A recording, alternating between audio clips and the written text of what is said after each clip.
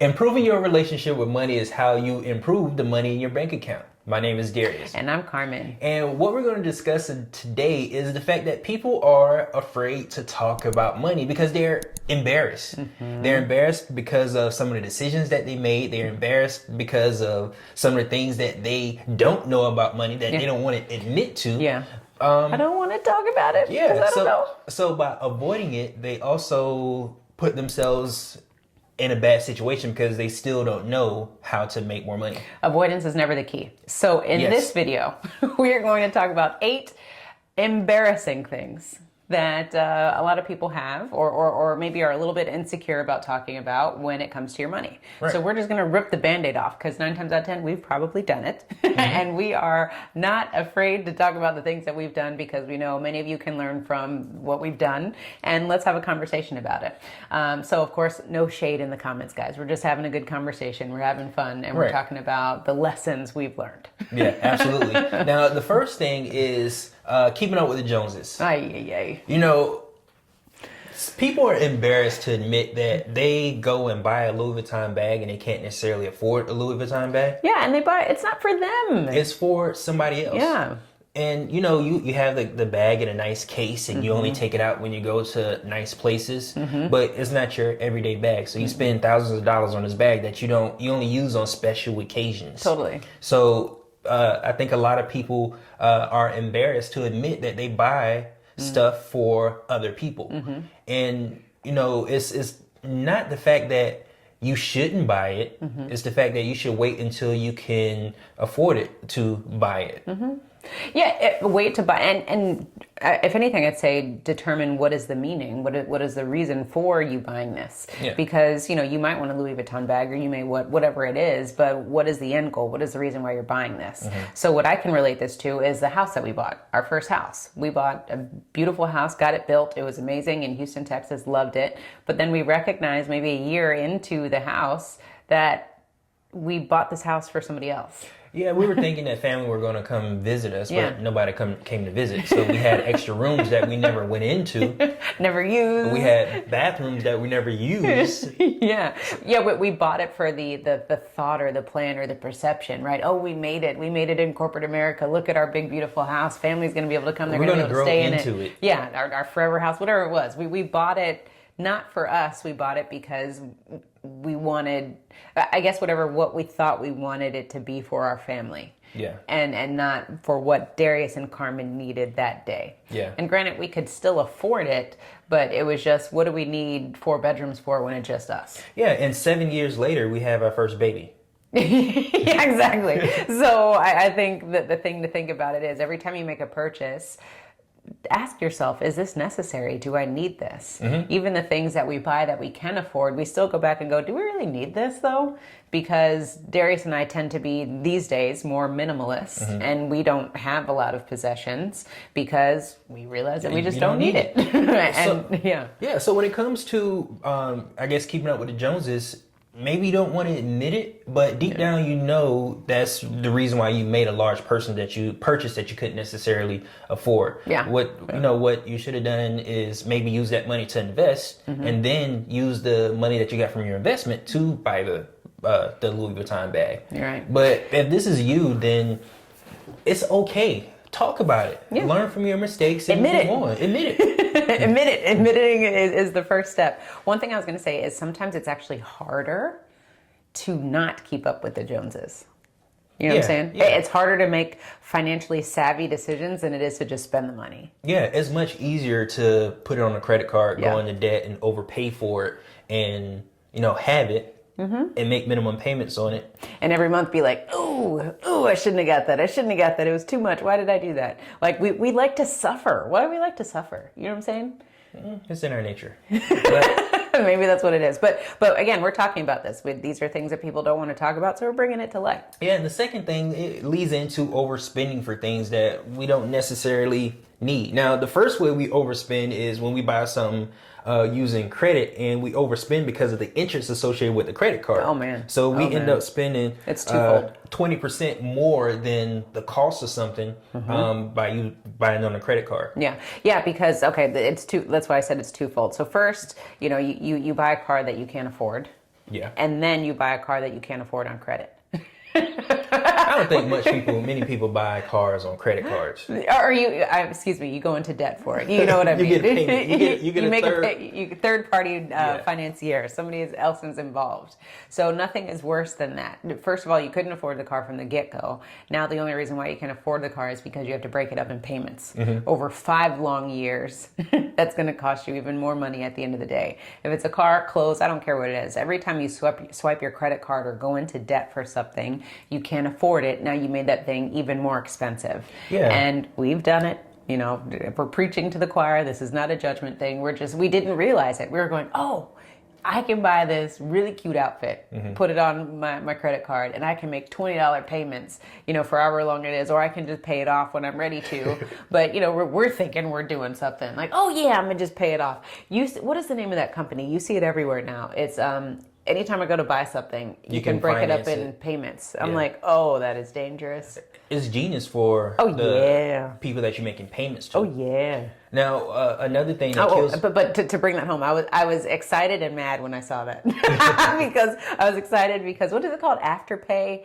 You know what I'm talking. You guys know what I'm talking about. Anytime you go to pay for something, now it says, wait, do you want to break it up in installments? Whatever it is, add it in the comments so we know what it is. Yeah, so we can talk about it. Now, after we finish this video, I'm going to be like, that's the name of it. But I say that to say I was excited because I was like, oh, I wanted to be in that position to collect those payments. But then I was pissed because I'm thinking, all of the amount of debt that Americans are going to rack up because the creditors are making it so much easier for us to buy more things. Yeah, even, you know, I think it's funny when, you know, you have like the end of year sales or the big sales where you get, you know, these huge discounts. But when you buy it on credit, you're not really getting it on sale. No. Oh, no.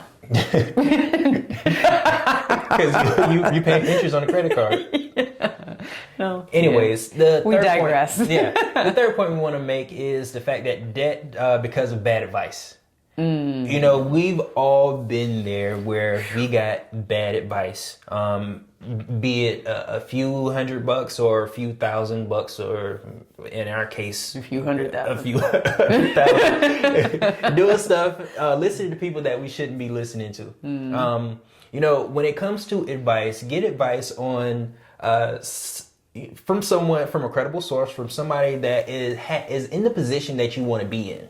Yes, always. Always get advice from somebody that you wouldn't mind trading places with. That's a really good way of determining who you take advice from. But if you're in a position where you got bad advice from somebody and you're in debt because of it, learn from that mistake and move on. Focusing on the fact that, you know, so-and-so did this the blame game. The blame game. Move on, because you are able to, there's no limit on how much money you can make, you know, by turning that bad experience into a good experience, because now you can tell somebody else what to look out for. Hey, this is an example of what happened to me. Yes. This is how you can avoid that by making a better decision. Make your mess your message. Yeah, there you go. I like that. That was Robin Roberts. I wish I could quote that myself. Oh, okay. But going back into that point is because we have had a lot of bad advice. However, that bad advice has gotten us to where we are today, where we're able to talk about it. We've healed from it. We've had many fights where we couldn't talk about it just amongst each other because we were so emotional and so fired up about some of the decisions that we made. And so I would say embrace the obstacles, because sometimes the worst thing that you think that has happened in your life will turn out to be the best thing that's happened to your life because of what you've learned from it. Yeah. And what you have become from it. Yeah, it's a part of your education. It is. It's just the cost of education. Anything that comes up, granted, where we're not licking our wounds like we used to before, but we would just be like, okay, that's the price of education. You know, that's the price of learning. And I think because we had such a great outlook or a great mindset as far as, you know, the things that we would do, it's allowed us to make smarter decisions and have better relationships with people and look towards those individuals who have the lifestyle that we want. Because when you said that, I was thinking about corporate America. You know, I remember, like, you know, some of my bosses, we would be talking about, oh, I'm doing this with my 401k or I'm doing this. And I remember, like, very succinctly, like, I don't even want your job. You know, like that the next step is to like take their job. Like, I don't even want your job. And now we're talking about money, which means that I would have that money that's associated with that job. Like, I don't even want that for my life. So that's where we then had to go back and think about what do we need to do, because this isn't the life that we want. Right. So if back to it, if you took bad advice from somebody and you're out of a ton of money, then it's okay. It already happened. You can't change it. The only thing you can do is move forward. Accept the fact that it happened to you and learn from it and move on. And if it's something you need to talk about at the table, then bring it to the table and say, hey, especially if it's your fault. Yeah. I made a mistake. I took bad advice. Let's move forward. Yeah. And at the end of the day, it's always your fault because you did the transaction. Yeah. So making sure there's some people who need healing today, and I'm here to help you be healed. Stop blaming people because they didn't swipe your credit card. You did. So you need to take ownership for it and make sure that you learn from it and move on. Yeah. The fourth thing we want to discuss is loaning money to friends and family. Oh man, we turn my mic off. So I got into a discussion with this with a close relative of mine, and you know they. Watch your pronouns. They make enough money where they can help the family. And we're also in a position where we could help the family. And we got into a conversation. He was like, well, people don't understand. They were like, people don't understand. They were like, people don't understand money the way you do. So if I have it, I want to help them. And I was like, yeah, you can help them. That's fine. But that doesn't change the root cause of why they're asking for money in the first place. You know, it goes back to the example. You can teach a man how to you can give him a fish and feed him for a day, or you can teach him how to fish and feed him for a lifetime. Yeah. So if you give somebody money because they mismanaged theirs, that's not solving the problem. That's only, I mean, you can give them, I don't care how much money, but it doesn't fix the problem. No, it doesn't. So when you give money to someone, have the conversation on how you're going to get that money back. How is it really helping them? What actually happened to cause them to actually come to you for money in the first place? Because if they mismanage their own money, they're going to do the same thing with yours. Yeah. This one is going to be a tricky subject, and I'm interested to see what people say in the comments about it. So when I say this, what I'm making sure that we always do is we're putting people in a position to thrive. So by giving money to family, you're not helping them thrive. You're handicapping them. And aside from giving, aside from all of that, we're just the act in which I'm talking about is if somebody is mismanaging their funds, hey, Darius, I need $20. I don't care what it is. I'm coming to Darius because I am not financially responsible. Yeah. And so by Darius continuing to give money and to give money and to give money, he's just feeding the beast. Yeah. And it's very difficult to see your family struggle and to, not do well for themselves. And the only thing that you can think of doing is to give them money, right? Because they're down and out, they can't pay the electricity bill or whatever it is. But you also have to come at it from a business standpoint and recognize that, wait a second, although it's $20, they're taking $20 out of my household. And that's $20,000, that's $20 or $20,000, however much you're lending, depending on the scope, right? Is again taking from your family, taking from your children, taking from whatever it is, and you are managing your money. So you always have to think about the fact of is, okay, what is the root? The root is the fact that this individual isn't managing their money. So how can I help them? We give them a fishing pole, and that is, let's sit down and figure out how to manage your funds accordingly, so you don't have to keep coming to others and asking for money. Yeah. We're not saying it's easy to do that by any means. We're still working through that ourselves. Yeah, and it's something that you have to be intentional about, because when people come to you for money, you understand, depending on the amount, what it's for. So if somebody comes in and asks for $100, then 9 times out of 10 you're not going to get anything less than $100 from me. Yeah. But if you come with, hey, I need $2,000 to do XYZ, it's a real problem that we need to have a discussion about. So depending on the amount, you want to make sure that you have a good conversation with them and understand how the money is going to be used and actually fix the problem. Yes. so that it doesn't continue to happen. Yeah, and we talk about on our channel, whenever you lend money to anyone, we don't care who it is, you got to get principal and interest back. and the reason being is because you're also teaching that person how to treat your money. Yeah, the most important thing is you want to keep that money in the family. If I give you $1,000 to spend and it goes, someplace else, that's not helping the unit. When it comes to money, you have to start thinking of how is this affecting our whole family. How is it affecting everybody, in your economy? Yeah, and the thing that I want to say is you teach people how to treat you. You teach people how to treat you. So if you are teaching people that, I have an open checkbook and I'll just keep sending money and sending money and sending money, you're teaching them how to treat you. Right? So you become their asset while they become your liability. Amen to that. Like that. So wait, let me finish this. I know, I was hoping that I didn't lose my train of thought. Okay, so I was going there because with us teaching people how to treat us, we're then also teaching them how to treat our money. So if you're going to come to me, if you're going to step to me and ask for money from my own economy, from my family's economy, you're going to have to come correct. That means you're going to have to pay back principal and interest, because this is now a business transaction. This has nothing to do with family. This has to do with the fact that you're taking money out of my family's household and you need to replenish it. Right, because again, money doesn't have any emotion. No. We add the emotion to the money. I love my family. I don't love money. Yes. So what we have to do is associate the right emotions with the right things. And I think sometimes people mismanage the emotions with the money versus the family member that they're working with. And money itself doesn't fix the root cause. Like if they're behind on their mortgage, when you give them the money for their mortgage, what's going to happen the following month? And the month after that. And the month after that. Yeah, you may catch them up for a month, but after that. And then that goes back to the blame game. Because although, we may have lent money to each other, now we're Darius, that son of a gun, he keeps asking me for money. Whose problem is it? You created the problem by writing that check, right? So now it's your fault, ladies and gentlemen. Yeah. So if this is you, make sure you face this head on. Maybe you want to watch this video together, or maybe share this video with them so they can, have a different thinking when it comes to the next time they ask for money. And watch those pronouns. Yeah, watch those pronouns.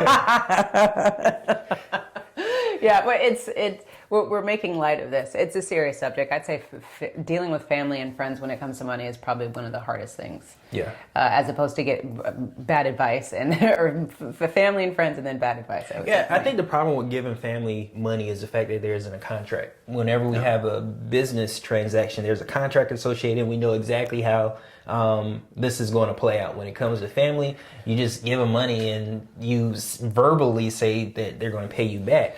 But then they don't, and now you're like, what do we do? And then it's an awkward conversation. Hey, how about that money? But it's difficult because emotions are involved. Yeah. You love your family, like you said. You want to help them, but then you mix money into it, and now this whole thing becomes an emotional debacle. Every time you give somebody money, there should be some type of paper that's associated with it. Yeah. Because even when you spend $10 at the gas station, you get a receipt, right? So whenever you give somebody money, a family member, you give them $1,000, there should be some type of paper paper trail that comes back along with it. As soon as you said that, I just realized, what transaction have I made where I don't get a receipt from? When you give family money.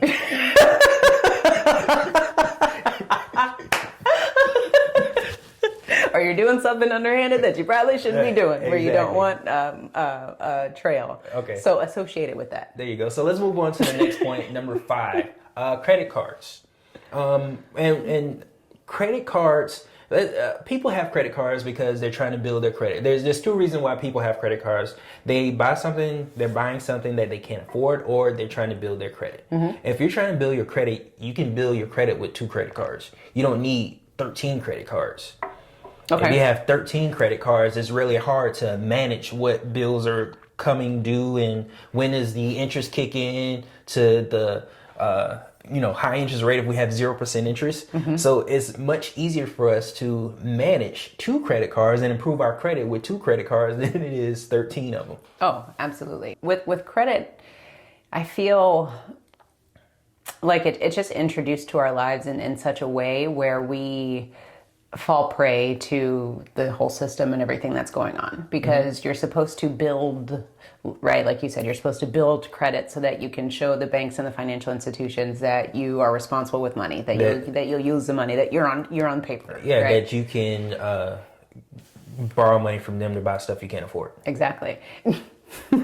That. And then you get more and more credit cards or financing things because you're continuing to try to show these financial institutions that you are good with money and that you can continue to overspend and do whatever. So I find it such a manipulative vice that we have in our society, where we're praised for our credit score. We're praised for overspending because, again, the more activity that you have, the better it shows, the better score that you get. I mean, we get so many people that lead with, "Oh, my credit score is 8 something." And we're like, good for you. What does that do? No, that's good for you. How much money you need?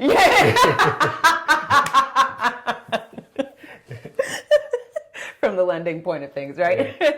So we've come full circle. But I say this to the individuals who are buried in credit card debt, not creative financing. I'm saying that because you really have to think about why is the bank giving you money in the first place, and it's because your actions and your activity is showing the banks what you got going on, the habits that you have. Yeah, we need to give them more access to money because we know they'll pay it back. They'll continue to line our pockets. And keep our money moving if we give it to them. Yeah, and what does it do? You continue to swipe, and you're lining their pockets. And what do you have to show for it? A bunch of stuff. Which one do you want? But at the end of the day, we're not saying that credit cards are bad. No. We're saying if you have a problem, it's okay to say that you have a problem. It's okay to bring that conversation to the kitchen table so that you can figure out how to fix it. Yeah. 2 heads are better than one. I don't care what the financial background is. 2 heads are better than one. Absolutely. So it's okay to talk about it. And don't be embarrassed about it, because people have trouble with their finances all over the United States. Totally. And we can attest to that because of the fact that when you look at, the financial news, when you do research and see the actual data on it, there's a lot of people that are in financial hardship. And a certain percentage of that can be curbed by actually having a conversation and being upfront and transparent about what situation you're in so that you can move forward and fix the root cause and move, get in a better situation. It makes me think like we need to create a group called like Credit Card Anonymous or something like that, because spending and overspending is an addiction. It can be something that is a habit that you bring into your life, and now all of a sudden you're not able to curb your spending because there's a rush, that dopamine rush that comes every time you create that transaction. And there's a lot of people in the world that go through that. We're not making fun of this. This is a legit thing. Yeah. Because you almost feel this sense of reward or this rush that I was saying that comes about you when you make a transaction. That's why we're at Starbucks every single day or whatever it is. So if this is you, acknowledge it, and then try to seek help or find a plan so that you can move forward. Yeah. The next thing that we think that people should just embrace and talk about is the fact of student loans. Student loans is one of those things where when you finish school, you look at how much money you owe compared to the actual occupation that you have received because of your education. You may be a little depressed. Student loans is one of those things that you can't even file bankruptcy and erase it. Student loans is one of those things that you can't even die. It's still with you. Student loans will follow you to your grave. Yeah. So it's very depressing for some people to see how much money they owe in student loans and look at it and say, I'll never be able to fix it, versus saying, okay, I'm going to eat this elephant one bite at a time. And it's not necessarily the fact that you want to make the minimum payments, but if you have additional funds where you've allocated to put towards your student loan so that you can pay it off sooner, so it's not burdening somebody else if something was to happen to you or you in a financial hardship, make sure you have that thinking associated with the fact that this isn't a burden. This is an opportunity for me to manage my money better so I can get out of this debt. Mm-hmm. Now I'm going to play devil's advocate when it comes to education. And we're not talking about education. We're talking about student loans. Student loans as how it comes to education. And here's where I'm going to say this, because I'm going to sprinkle a little bit of keeping up with the Joneses in there as well. With these institutions and whatnot that we attend, we get praised for the institutions that we go to, right? A lot of times they're more expensive colleges and universities. What does that mean? Now we have more student debt. If mom and dad aren't paying for it, if you didn't save for it, whatever it is, you have to think about these things. And the reason why I'm bringing this up is I never want to shun community colleges, or 1 and 2 year colleges or whatever it is, because at the end of the day, you're still getting the same education. The door is just different. The sign on the door is just different. So if it makes sense for you to do community college, to do a secondary school, do it if it saves you some money. Don't feel like you have to go to the University of so-and-so or Howard or or Harvard or whatever it is and break the bank, because you're going to spend so much time out of school trying to pay all of that back. Yeah. And you really need to make sure that you do your due diligence. Don't get sticker excited about the university or whatever that you're going to. Nothing against universities, but understand how much it's going to cost you. Yeah. And I never had somebody tell me that. I was trying to go to the biggest, baddest university because I knew it was going to make me sound and look good because I have a degree from wherever. But it doesn't matter at the end of the day. I don't feel like it does. Yeah, one thing that we will do with our daughter is encourage her. If she wants to, we'll probably be able to afford whatever school she wants to go to. But if we were to go back for ourselves, I would have gone 2 years to a community college and then transfer my credits to larger institution. To save a few bucks. Yeah, but I did engineering and I was in school for 7 years anyway, so. And boy, did we pay that bill. It wasn't that much. I had scholarship most of the time. Till it ran out. Exactly. All right. So, Wealth Nation, we're having fun and we're having a good conversation. But if anything, we want to make sure that you all know we're here for support. We're here for education. We're here to talk about the embarrassing things or the things that make people uncomfortable. Yeah. All we do is talk about how to create your own banking system so that you can be in control. You can be in the driver's seat as far as what your financial lifestyle looks like. Stop being independent. Stop being dependent on those to educate you or those to provide those services for you. If you want to join the Wealth Nation, then definitely click on the link below. We would love to serve you so that you can create your own banking system. And comment below. Let us know what is one of the most embarrassing things you've ever done when it comes to your money. Now, another thing, the 7th point that we want to move on to that people are embarrassed to talk about is the fact that they don't know how to save. Yeah. Saving is one of those things that's really important because it will save you in the future. It will keep you from having to get into credit card debt or overspend for something that you actually need because you didn't properly save for it. And I was going to say, I don't ever fault people for this because you're not taught how to save. No. I've never taken one class, even in accounting, where they tell you how to save. No, because the system isn't for us to save. Us saving doesn't improve the economy. They teach us things to stimulate the economy, which is getting in debt. And putting money back into someone else's pockets. So we're to Apple or Amazon.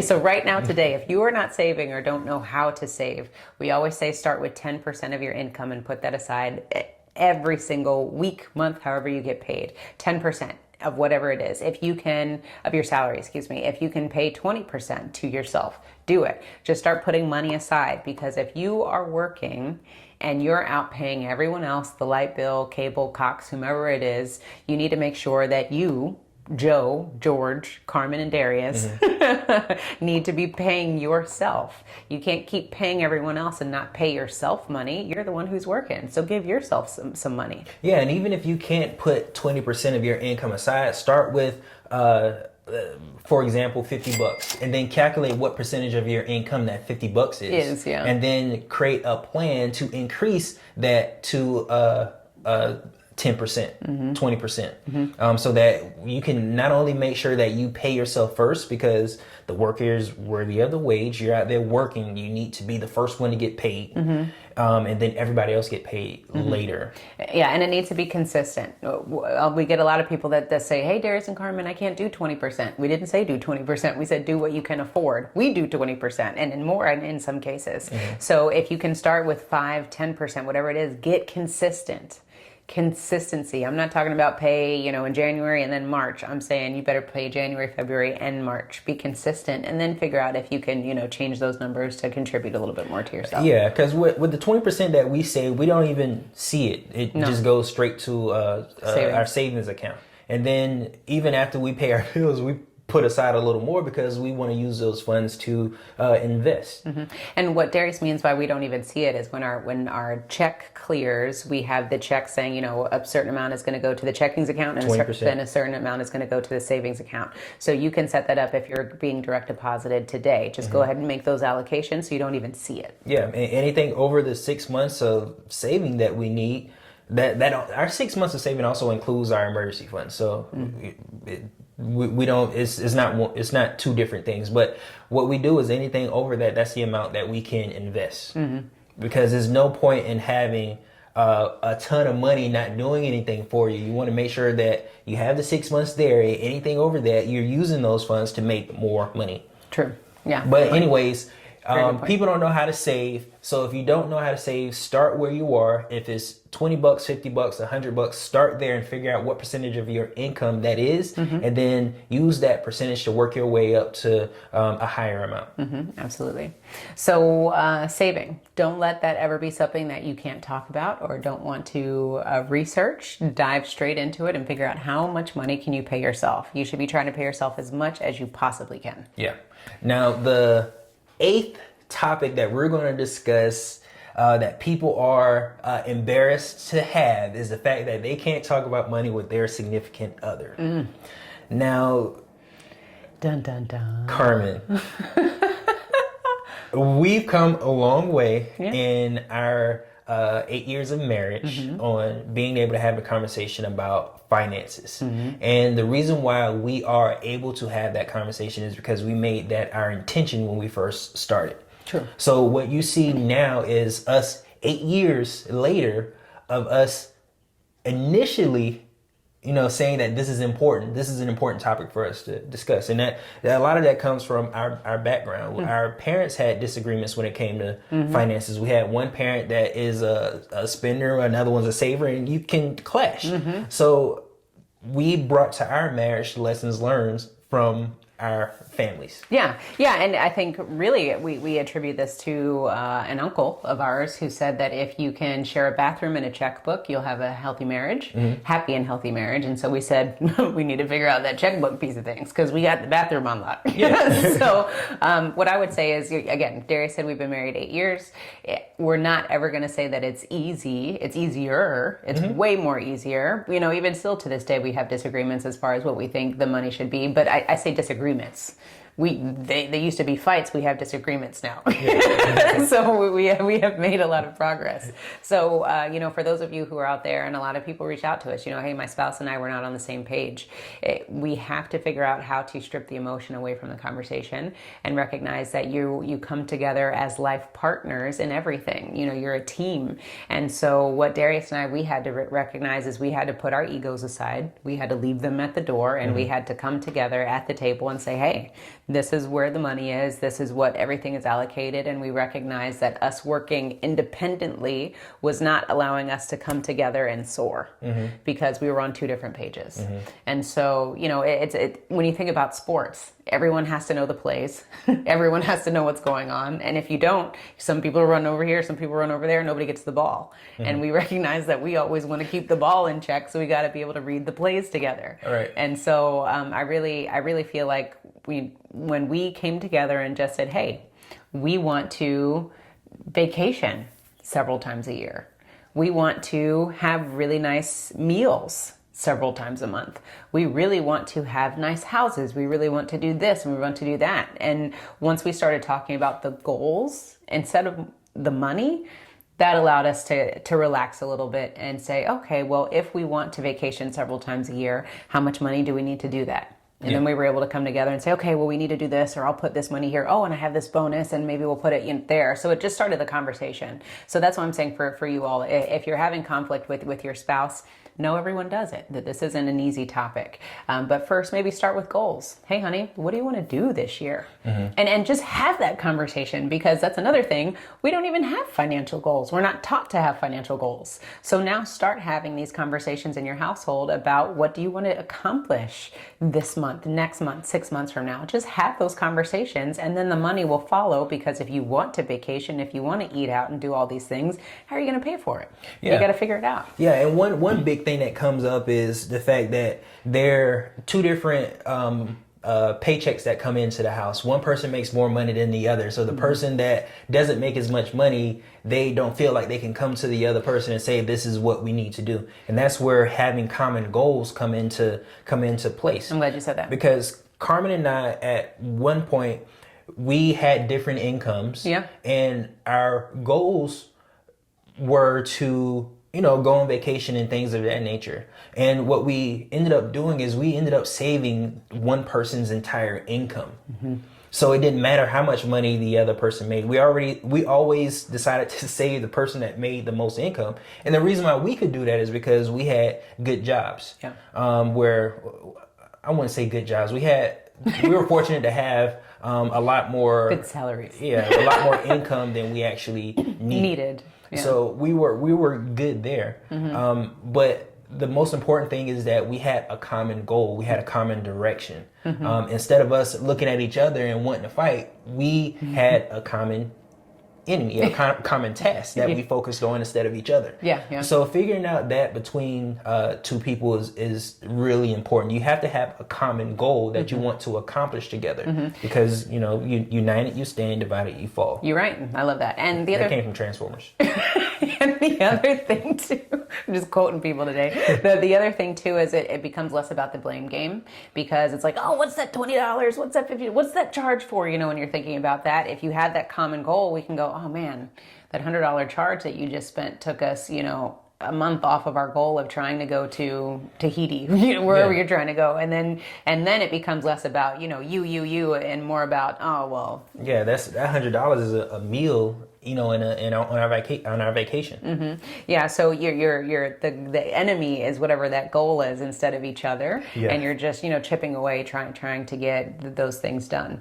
But the other thing that I would just say is, again, letting the ego go aside, focus on the goals, what is it that you want to do, and holding each other accountable to that goal without making it a blame game. You're never trying to blame each other. Yeah, 100%. Well, what we wanted to cover in this video is the most embarrassing things that people, you know, don't like to talk about when it comes to their finances, be it at the kitchen table or with a friend or a financial advisor. Two heads are always better than one.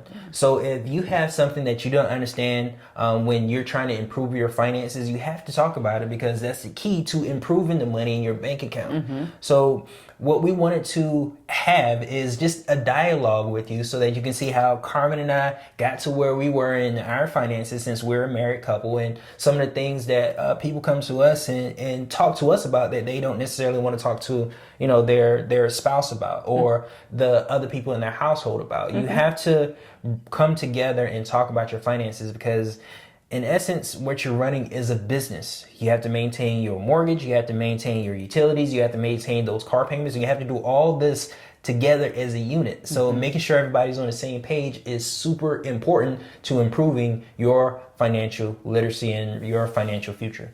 Absolutely. So, ladies and gentlemen, if you want to continue learning about money and creating your own banking system so that you can be together as one, as a unit, check out our next video where we talk about creating your own banking system. And if you want 52 different ideas on how to create or improve your financial banking system, then check out the freebie below where we give you 52 different ideas on how to do so. And don't forget to own your own lifestyle. Or someone else will.